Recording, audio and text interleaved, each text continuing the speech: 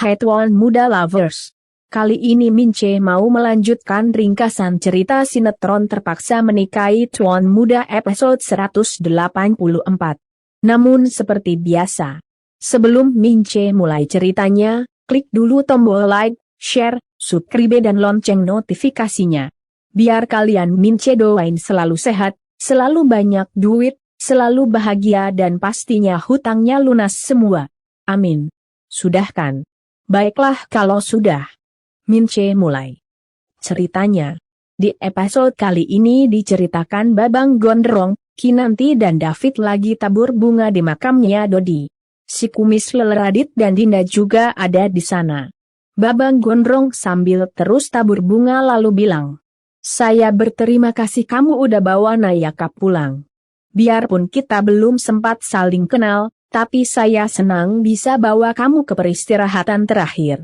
Kinanti juga lalu ikutan ucapin, terima kasih Dodi. Saya rasa ucapan terima kasih aja nggak cukup.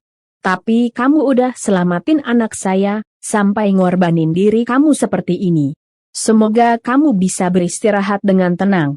Si Kumis Leleradit pun lalu mendekati Babang Gondrong sambil bilang, saya lega anak kamu selamat, Bi. Sayang ya orang ini meninggal gitu aja. Kalau masih hidup bisa kasih tahu kamu di mana dia. Temukan anak kamu. Atau siapa yang sudah menculiknya. Babang Gondrong pun lalu jawab, saya nggak akan pernah maafin orang yang udah culik anak saya. Siapapun itu. David yang sedari tadi merhatiin si Kumis Leleradit jadi memicing tajam, ngerasa ada yang aneh dengan gerak-gerik si Kumis Leleradit. Sementara itu Babang Gondrong lalu merangkul Kinanti dan mengajaknya pulang. Kinanti mengangguk. Babang Gondrong, Kinanti dan David pun lalu pergi. Si Kumis Leleradit dan Dinda pun lalu ngikutin dari belakang. Si Kumis Leleradit sambil terus jalan lalu memberikan kode ke Dinda untuk mulai melakukan tugasnya, mengorek informasi dari Kinanti. Dinda mengangguk dan langsung memanggil Kinanti sambil berjalan mendekati Kinanti. Kinanti pun tercekat dan langsung berhenti melangkah sambil menatap Dinda. Sementara itu Babang Gondrong dan David terus jalan menuju mobilnya. Dinda yang emang lagi melakukan tugas dari si Kumis Radit lalu memeluk Kinanti sambil bilang, saya senang ngeliat Mbak selamat dan baik-baik aja. Saya minta maaf ya Mbak kalau aja waktu itu saya nggak ngajak Mbak ketemuan, Mbak nggak akan diculik. Kinanti tanpa curiga sedikit pun lalu membuka pelukan Dinda dan jawab, bukan salah kamu, Din, kamu nggak usah ngerasa bersalah gitu. Yang penting sekarang saya baik-baik aja, kan? Dinda sambil memasang wajah sok merasa bersalah lalu jawab, saya nggak nyangka ternyata pelakunya orang yang Radit hutangin. Orang itu memang kejam. Berkali-kali dia datangin Radit dan pukulin Radit.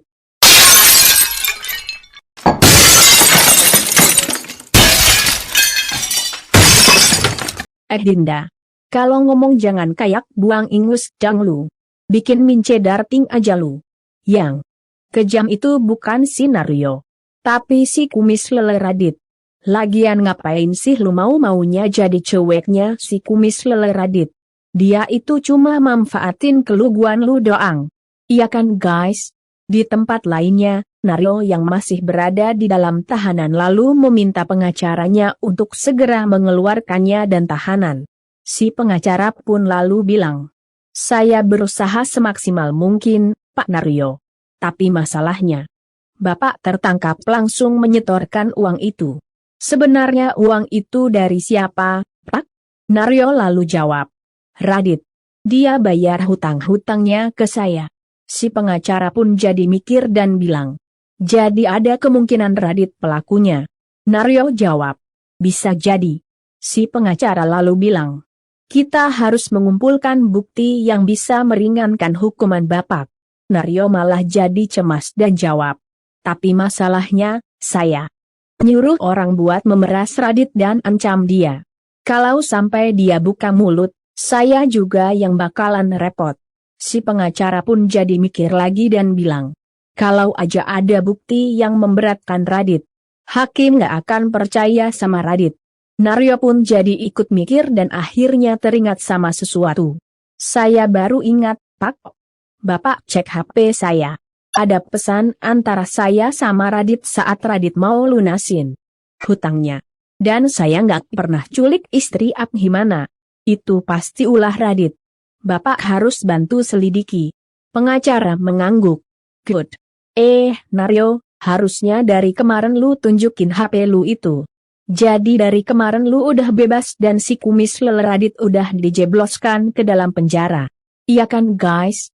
Sementara itu David yang sudah sampai di rumahnya lalu iseng nyalain HP-nya Dodi. Untungnya HP Dodo gak pakai password. David pun lalu melihat histori panggilan. Di sana ada beberapa panggilan dari nomor yang gak dikasih nama. David pun jadi mengernyit dan kemudian melihat pesan masuk yang ada di dalam HP. Tak lama David membaca pesan masuk dari Amanda yang bilang, "Kamu sembunyikan Nayaka. Jangan sampai Fitri tahu dan balikin anak itu ke orang tuanya." David tentu saja jadi kaget dan jadi bergumam heran. Apa maksudnya ini? Jadi Dodi bukan orang yang selamatin Nayaka. Tapi dia kaki tangan penculik Nayaka. David pun jadi mikir dan bertanya dalam hati. Tapi siapa yang udah merintahin dia? David yang penasaran ingin tahu siapa yang sudah menyuruh Dodi sembunyikan Nayaka lalu telepon nomor yang ada di HP Dodi pakai HP-nya Dodi. Si ular kadut Amanda yang lagi berada di rumahnya tentu saja kaget dan jadi cemas begitu HP-nya bunyi karena ada panggilan masuk dari Dodi. Si ular kadut pun jadi bergumam heran.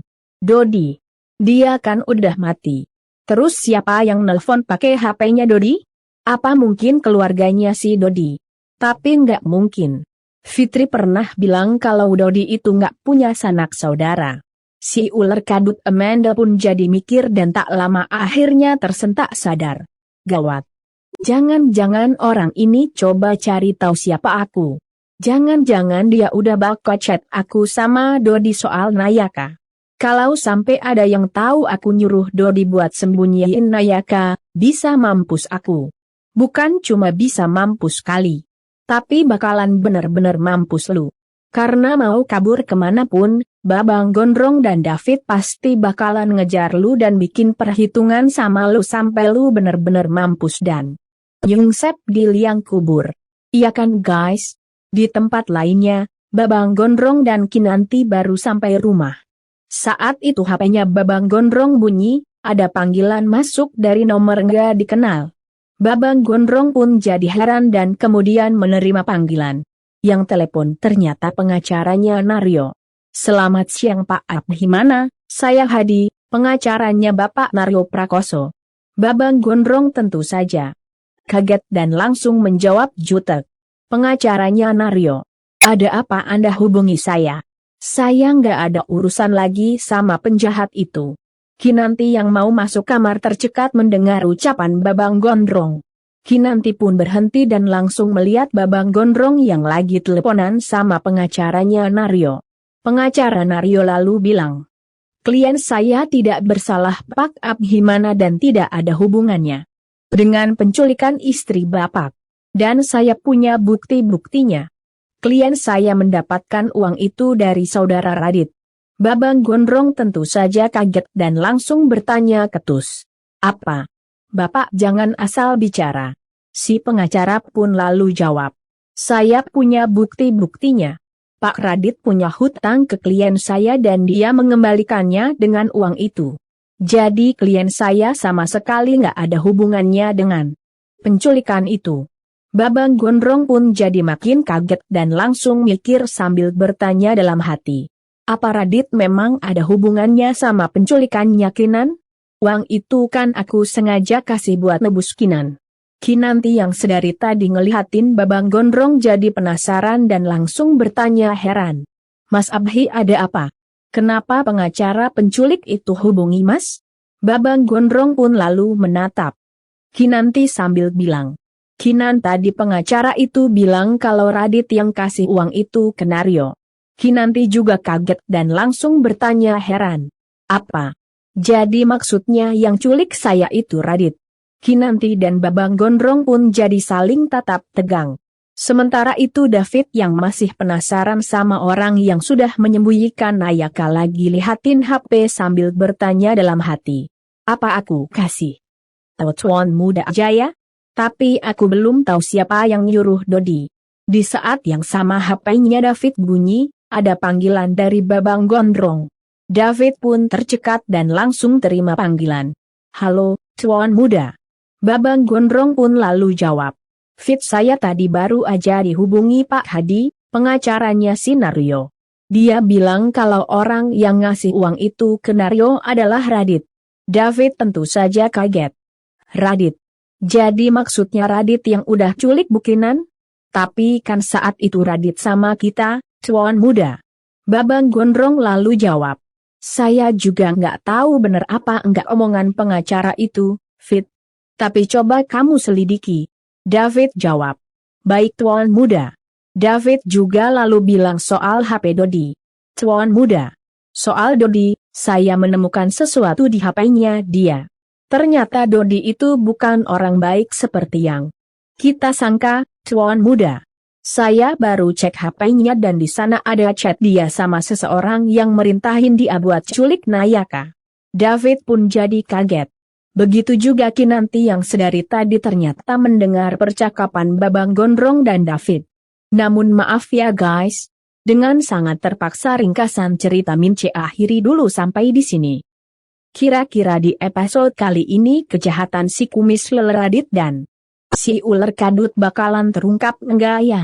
Lalu seandainya terungkap, apa yang akan dilakukan Babang Gondrong dan Kinanti terhadap dua manusia enggak punya akhlak itu?